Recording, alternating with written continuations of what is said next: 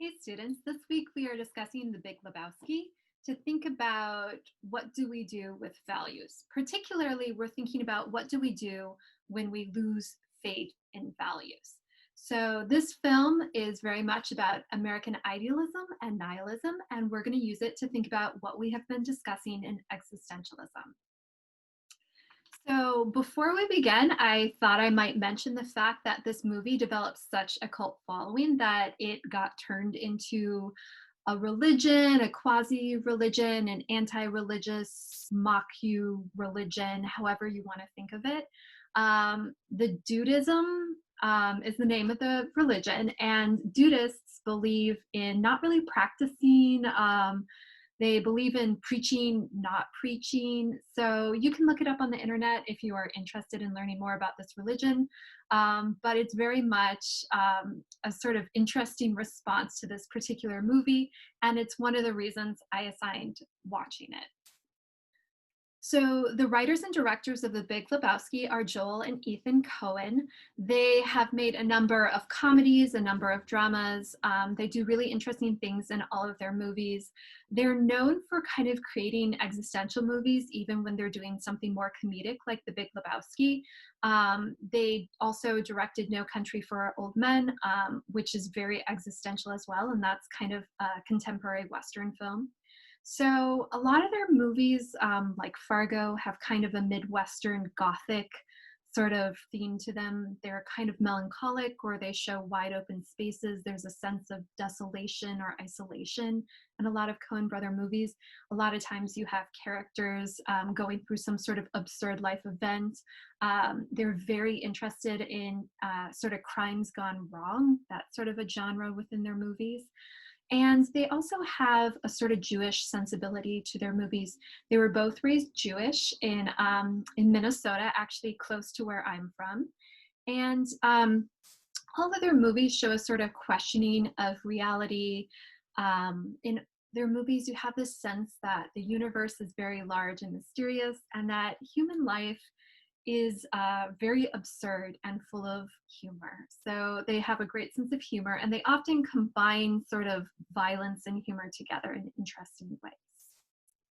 The other thing the Coen brothers are known for is either reinventing genres or combining genres together in new and sort of surprising ways. So The Big Lebowski is in some ways reinventing a sort of Western genre. We'll talk more about that in a moment, but there's all these sort of references to Westerns within it. And then it's also a reinvention of film noir. So with film noir, you have kind of a mysterious, world-weary, cynical leading man, like Humphrey Bogart, who is trying to solve a crime. And the past is haunting him, and he doesn't have faith in humanity anymore. And usually in the plot, when he's trying to solve this crime, he finds himself getting entrapped by a femme fatale, some sort of gorgeous, mysterious woman who leads him to his demise. So he kind of gets undone by some sort of mysterious woman. And at the end of the plot, you have this sort of loss of faith that is furthered by some sort of traumatic event. So film noir movies are very much a part of American cinema after World War II. A lot of times the main character has suffered a lot during the war or has some sort of traumatic life event that they're getting over. So in some ways there's a sort of nihilism or loss of faith in humanity that we see in film noir. Now, the opposite of film noir in many ways is the Western. And in Western movies, we have a hero, right? We have a rugged, heroic cowboy figure who is bringing law to lawless areas. So there's this real theme of sort of trying to bring civilization to areas of the American wilderness, to the frontier. And with that ideal, right, comes this sort of battle with nature and battle with the uncivilized, right? So this is essentially American idealism, but it's expressed in a sort of colonial settler mentality in which we see America sort of asserting its will over other people. So there's a lot of racism, This genre, it has a lot of racism. It has a lot of violence and oppression in our history that's being hidden over with this idealistic concept. Um, so what both of these genres have in common is a very strong masculine figure who stands for certain ideals of what a man should be in America. In one sense, you have this very idealistic character who's upholding the good in troubling circumstances in a sort of lawless area. And in the other, you have someone who has kind of witnessed the worst that civilization has to bring and is trying to kind of rebuild himself in a dark and troubling world. So if you bring Western and film noir together as film genres, something really interesting happens. So the first way that this movie is similar to a Western is that it's narrated by a cowboy. We have this cowboy figure narrating the entire story, telling us who the dude is, sort of providing an omniscient perspective over this absurd story that unfolds. And then in the other sense, the dude is kind of posed as a man that belongs to the specific time and place. And so the dude belongs in 1990s, early 90s LA. And LA would have been a part of the Western tradition, right? It's out there in the desert, it's the Western frontier.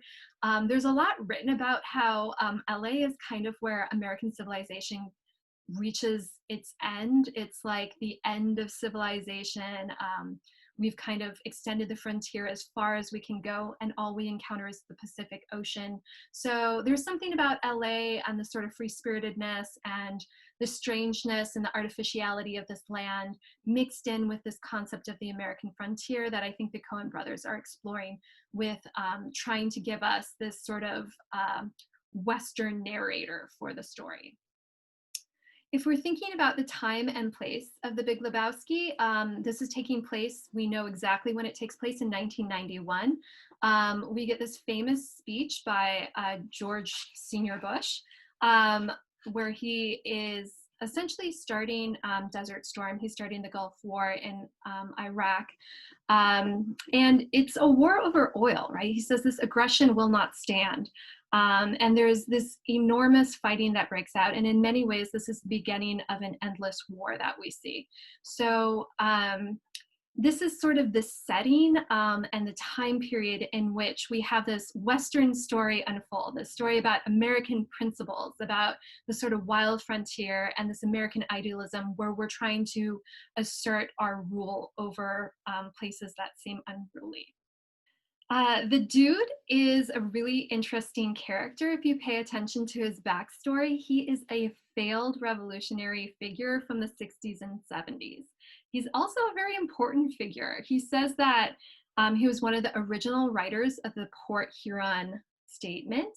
If you're unfamiliar with the Port Huron Statement, the Students for a Democratic Society wrote it in the 60s in 1962.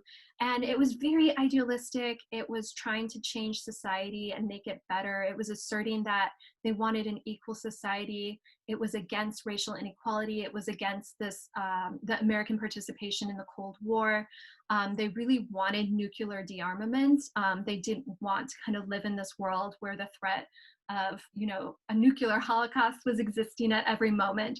And so they're fighting this sort of, you know, nihilistic world of war and death and greed with their principles.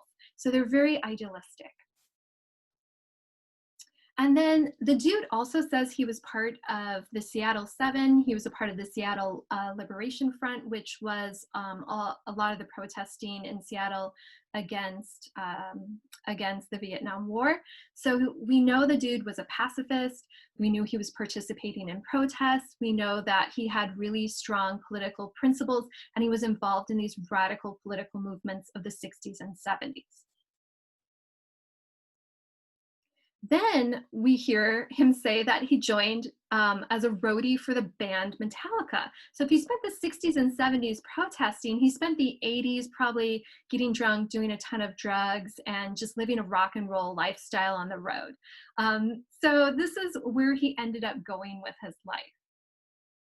And when we see him, he Right, doesn't really have a job. He spends all day either bowling with his friends, drinking his white Russians, getting high, hanging out in his bathtub, um, self-care. So he's just living this totally relaxed dude lifestyle. He likes to say the dude abides. He's very chill. So this is who he has become after kind of seen all these revolutionary movements fail in the 80s and 90s. So all this revolutionary spirit eventually turns into just hedonism and enjoying the day to day. So one of the questions that's posed in The Big Lebowski is where did all these revolutions go? Like if these revolutions in the 60s and 70s were meant to transform and create a new America, where are we supposed to see that America, right? If the 80s was all about the stock market and American greed, and the 90s was all about enjoying the sort of materialism and the new technologies, what happened to that revolutionary spirit of the 60s and 70s? Why don't we have greater democracy? Why do we have even greater inequality in America after all that expression of desire for peace and equality? So this is actually posed by the title character, the Big Lebowski. It's really interesting that this story, even though the main character in it is the dude and his last name is technically the Lebowski, he isn't the Big Lebowski. This businessman here is the Big Lebowski.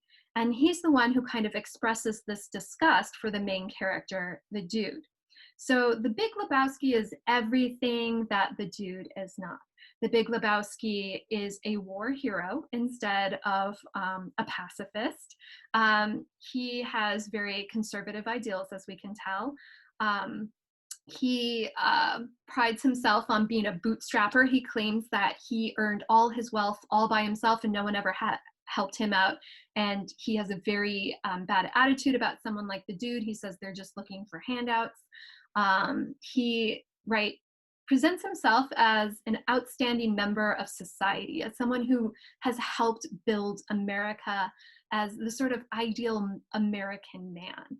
And so this movie, The Big Lebowski, is kind of taking apart that concept of America, right? If this is the American dream, this man who can sacrifice himself in war for his country, earn a lot of money, and then give it back to the little urban achievers, which is, if you look at it, kind of a condescending title to give money back to the community, and doing it as a tax write-off instead of actually investing in the community as a whole through the government. You do it to make yourself look good, right? So the Big Lebowski presents himself in this way as the American dream, as the height of what a powerful American man can achieve. We learn that the Big Lebowski is not actually who he presents himself as from two women within the story. So his wife, Bunny, is someone who shows us a different side of the Big Lebowski. As soon as the dude walks out from speaking with the Big Lebowski, he's confronted by his new wife, right? He has a trophy wife. We learn later in the story that she ran away from home and she's underage. So at the end of the story, she's kind of returned to her parents. And so there's something a little unsavory going on with the marriage here. And then we learned from Maude that the Big Lebowski did not actually earn his own money. He married into it. All that money belonged to his wife, right? So Maude is this strong feminist artist who is his daughter, and she hates her father, partly because he is telling this lie about himself. So everything that the Big Lebowski has achieved is all smoke and mirrors. It's all about appearances. It's all about vanity. It's all about, presenting an ideal version of himself that is a lie, but it's a lie that presents the sort of American ideal of what a man is supposed to be, or the highest achievement a man can make in America. I love this scene. The dude, right, he is going through the mansion before talking to the Big Lebowski, and there's this image the Big Lebowski put on the wall so that you can envision yourself on the front of Time magazine, right? So this idea of ambition, of being the man of the year. And we see the Big Lebowski looking at like, he's never going to be man of the year. That's not his thing. He was a part of all these movements. He was part of collective action. And so there's this sort of like framing of oneself as an individual, as a man who's achieved something. We see that's happening in this sort of mirror scene. This is something the Big Lebowski desires and in many ways has achieved. This is something that the dude kind of rejects. We see him kind of smirking at it. So what does it mean to be man of the year? So the people in the film who are antagonizing the dude are kind of a caricature of Europeans. Uli, right, says he's a German nihilist, and he hangs out with these black leather clad dudes. We learn that he knows Bunny because they were in porn together. He also, before he was in porn, did European techno. That is a parody of an actual German band called Kraftwerk. So you can look that up if you want. The music's very similar. And so the people who are threatening the Big Lebowski are actually Europeans here, right? And they say, we're nihilists, we believe in nothing.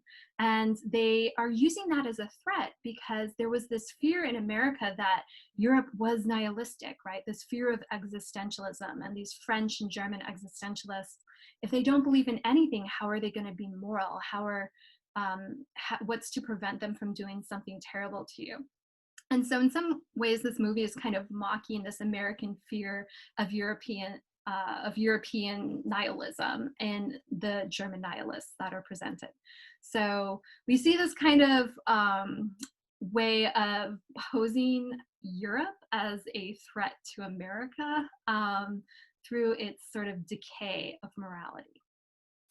The other villain in the story is Jackie Treehorn, although he is presented as a very sort of smooth gentleman. But he makes porn and he's a loan shark. Some of the people who actually instigate this whole story by peeing on the dude's rug were sent by Jackie Treehorn because he's a loan shark and Bunny owes him money. And so he's kind of this background figure in many ways. But he is the reverse side of the Big Lebowski. So if the Big Lebowski has sort of all this, represents kind of American business or big business and its success, although we see that is actually more of an illusion because he inherited his money, then Jackie Treehorn is the reverse side of that, right? The loan sharks, the people who make money in ways where we don't uphold them as great citizens, but this is still a part of the sort of capitalistic society we live in. This is still part of how America works. So if we are reading this movie as a film noir, then that would mean that Maud is our femme fatale. She appears in kind of a mysterious way as the Big Lebowski is just hanging out on a rug, laying on his floor. He looks up, she's hovering above him, then he's knocked out and the rug is taken away from him. So she reclaims this rug and then they get kind of entangled up in this interesting way. So Maud, in many ways, is a caricature of the feminist movements in the US, right? She is sort of what people think feminists should act like, expressionless, very monotone voice, takes herself very seriously. She says she creates art that men hate because it's vaginal and they're afraid of it. And she also steals his sperm so she can conceive a child. Although he consents to the sex, but the paternity issue is kind of interesting there, right? So she plays this sort of feminist caricature within the story, but in other ways, she helps him solve the case, right? She doesn't bring about his undoing in the same way that a femme fatale often does. She actually helps resolve this case for him and lead him in the right direction. And we also see that he has these sort of hilarious dreams about her, where she's a Viking bullying queen of some sort and kind of leading the charge in his fantasy world. And these fantasy scenes, these dream sequences are shot in a very 1950s musical way. And in 1950s musicals, they're so often about love and happiness. And you see these dance numbers done to really express the sort of love and happiness characters have together. So there's this interesting kind of way that these scenes are playfully mocking, but also enjoying the sort of elaborate visual style of 1950s musical. Although they're dancing to a song from the 1960s about drug use. So there's a lot of combinations of different decades in different ways within this movie.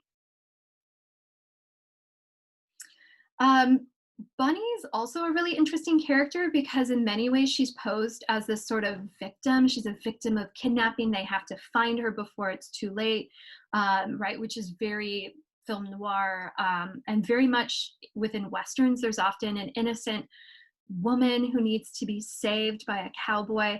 But in this story, it ends up she's not actually kidnapped. In fact, she was just joyriding, having fun by herself. Who knows what she was doing, but she drives back into the whole event of the movie and crashes her car and is singing and dancing around. And so this is not a victim. This is a woman who's just freely doing whatever she wants. We also have these sort of two sidekicks we get within the story. Walter, who is a Vietnam vet, he obviously maybe has some PTSD. He's struggling with anger issues. He escalates every situation he's in. He always over asserts himself. He pulls a gun out over very minor interactions that have a conflict. So a lot of the drama within the story gets pushed forward by Walter overreacting to things. So if we have the dude being this pacifist who is protesting the war, one of his closest friends was someone who was actually in the war, and we see he's kind of scarred by it. And Walter seems to be very stuck in the past, not just because he has to always talk about Vietnam, no matter what the conversation is about, but also because he still is caught up with his last marriage. He still practices the religion of his ex-wife, even though he converted into that religion. He converted to Judaism to marry her, and he's still practicing Judaism, and he's still very firm about that. And we also see him taking care of his ex-wife's dog. So Walter has this sort of caught in the past, unable to be in the present, kind of bringing Vietnam, bringing his trauma into everything. And the other thing that's kind of interesting about him is he's often right about something, but he's always an asshole about it. So he's always going to care more about being right and putting his foot down in the most sort of exaggerated way possible. And so that's why he always ends up escalating his situations. So the dude says, you're not wrong, you're right, but you're an asshole.